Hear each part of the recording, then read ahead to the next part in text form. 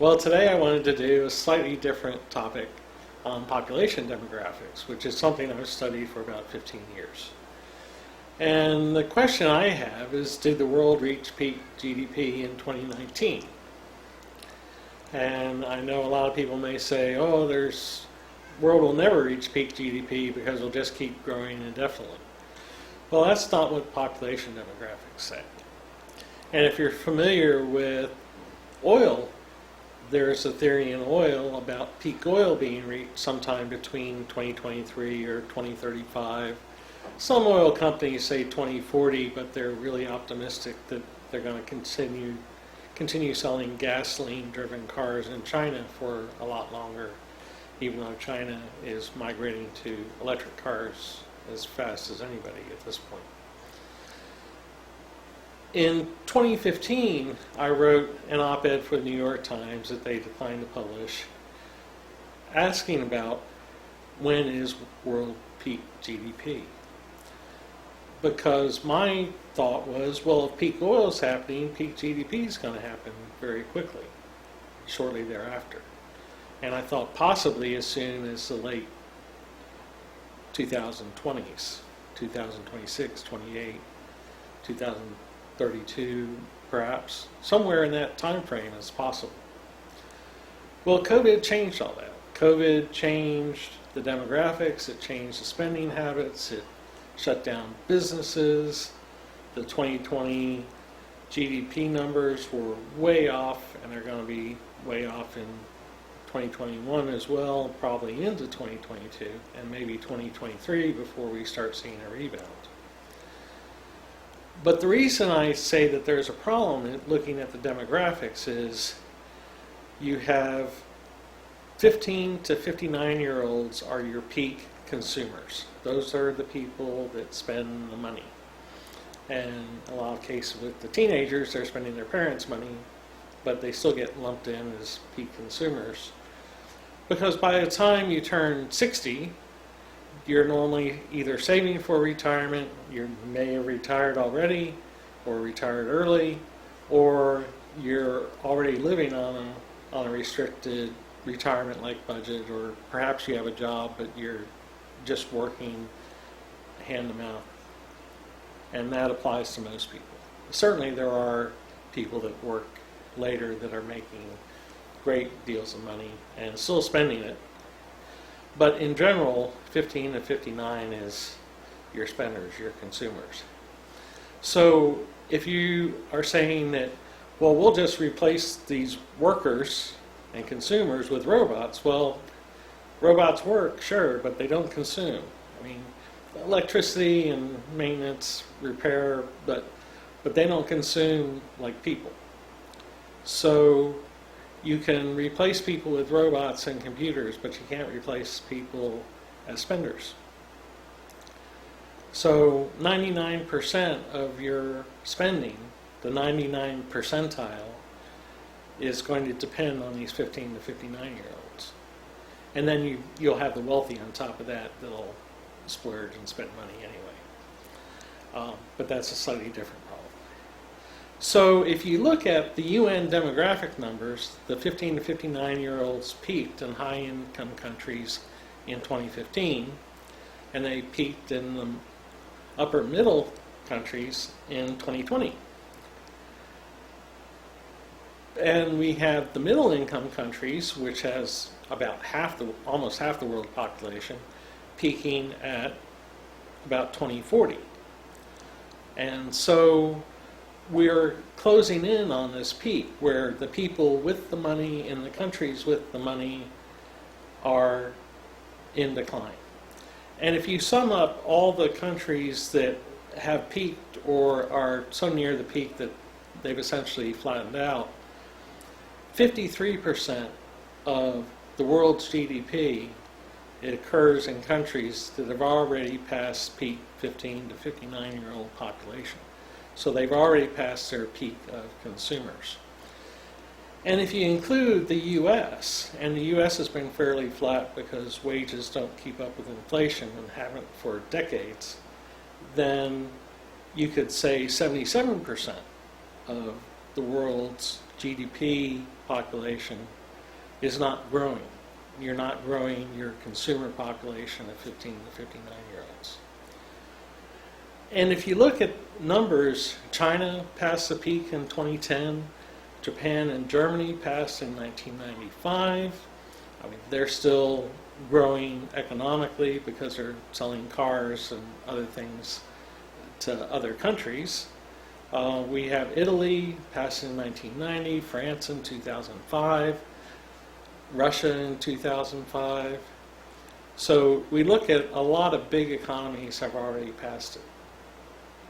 You have another group of countries like the US and Australia and Canada and possibly even Sweden and Norway that may continue growing because they have good, or historically have had a good number of immigrants coming there. And so immigrants may sustain the growth even though they're still not reproducing at a high rate.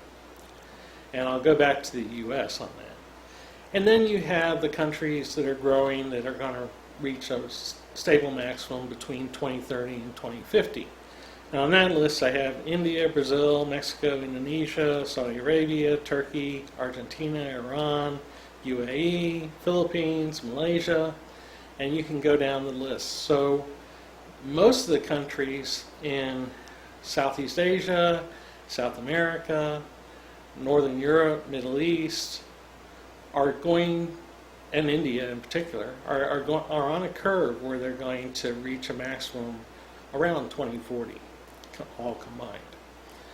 And I will say that I'm basing this off the UN numbers, but I am looking at the fertility rate numbers that the UN uses critically, because they have a habit of saying, oh, the fertility rate's dropped, but it's going to come back. It's going to spring back in 2050 for no good reason.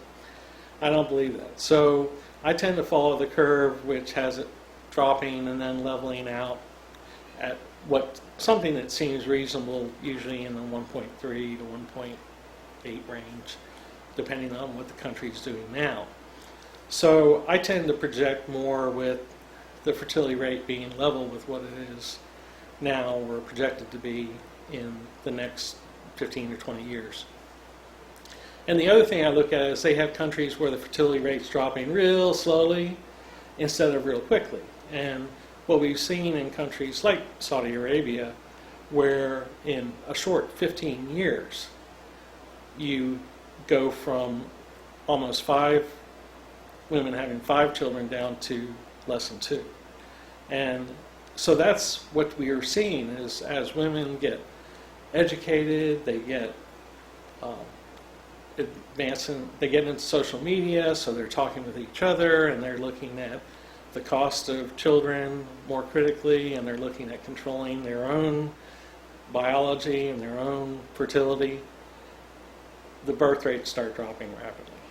And so I suspect that we're going to see a faster fertility rate drop in some of these countries. But because so many of the growing countries are going to peak in 2040, 20 years from now, somewhere between now and 2040, the world is going to reach peak GDP. And so that brings up the question, when's it going to happen? And in terms of a near-term high, 2019 is obvious because it's going to be a dip in 2020, 2021, 2022. By 2023, there's going to be some rebounding. But 2023 is interesting because it's a year where the working population in China is going to drop by 10 million people. And they're going to continue to see a drop of about 10 million people a year up through 2040 because they have an older population that's larger that's retiring, and their retirement age is 55 for women and 60 for men. Not that everyone retires at that age, but that's their standard retirement age. And so China is going to lead a lot of the drop.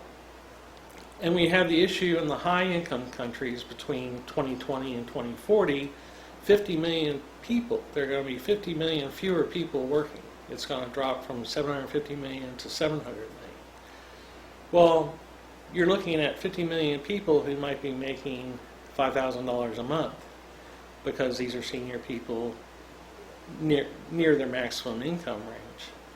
And so you're not going to replace them with people making $250 a month in poorer countries that are near the poverty line in those countries, because that would take 20 people. You need 1 billion people to replace the 50 million fewer workers in the wealthiest countries.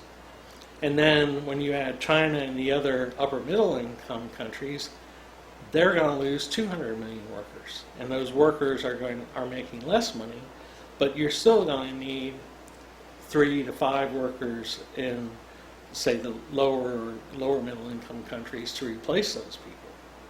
And while there is still population growth in sub-Saharan Africa, for example, those people are not going to be instantly high income earners unless they get a degree and move to a high income country. So we're going to reach a peak at some point. And so my question is, did we reach it in 2019? And I'd love to hear what you think about it in the comments. Now, getting back to U.S. has a problem. Currently, it's projected to continue growing from the working age population from 195 million today to 220 million. But that's by 2100. But the Republican anti-immigrant stance of the last 5 years has really hurt the immigration policies of the U.S. And so that can conceivably slow the growth to where it might reach a maximum in 2030 with only 200 million people, and then flatten out or even decline after that. So the U.S. has a problem where there's 2 different political parties with 2 different strategies on immigration. And one strategy of immigration which would cause slow but continued growth throughout the rest of the century, and the other party's policies will cause the growth to stop and eventually to decline. And it will be interesting to see which party wins out and which policies win out in the U.S. Because if the U.S. has reached peak, then that definitely does shift the GDP peak for the whole world downward, because the U.S. are big consumers of goods worldwide and are 24% of the current GDP. So it's a really interesting question we're in as to when it will peak. I still think that there may be a little bump in the late 2020s. But then we also have the problem is almost every country fudges their GDP numbers by a small amount, 0.5% or more. Some countries fudge it by a lot more. Some countries print money that they either give to the wealthy or loan to the poor so that they can continue having growth. But it's not real growth, because you really should be correcting for the value of that money and through inflation. And so when we look at it, say in 2050, and look back, we may see, well, in inflationary dollars, there really wasn't any real growth. That was all artificial growth by people printing money. And China has been one of the worst of this. They print money that their central bank uses to loan to people to do infrastructure and real estate, and then you get a real estate bubble, and the real estate bubble inflates prices of the real estate, which makes their GDP look like they're growing, but they're not really growing. And then you have a lot of bad debt there, and you also have a lot of people there moving money overseas. So China may be losing $500 billion between bad debt and overseas migration of funds that people are trying to move offshore so they can protect their wealth. So the China situation is going to be really bad when the real estate and banking bubbles burst, and they will, because they're set to lose a lot of population. And I'll shoot another video on China's population in particular, because it's really interesting. Anyway, I hope you enjoyed this video, and if you do, please like it and share it with your friends and subscribe for my next videos. And it'll mostly be physics videos, but I like to do other things as well. And so I hope you enjoyed watching. Thanks.